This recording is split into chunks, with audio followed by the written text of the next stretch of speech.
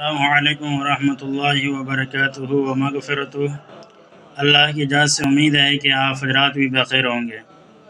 جیسا کہ ابھی رمضان المبارک کے اندر تراویح کی نماز ہوتی ہے، ابھی کے دور میں جیسا دیکھا جائے، جیسا امام ویسے عوام بھی چاہتی ہے کہ جلدی سے تراویح ہو جائے، اور حافظ جی چاہتے ہیں کہ کہیں میں اٹک نہ جاؤں۔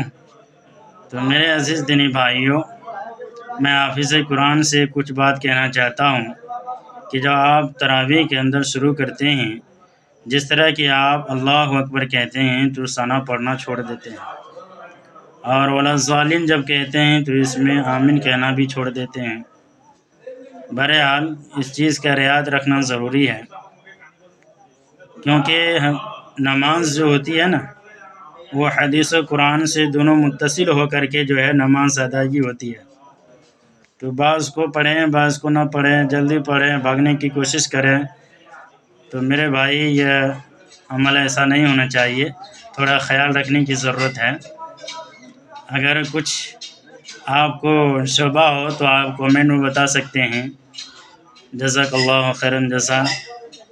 اللہ تعالی ہمیں اور آپ کو نیک عمل کی توفیق عطا فرمائے۔ آمین ثم آمین۔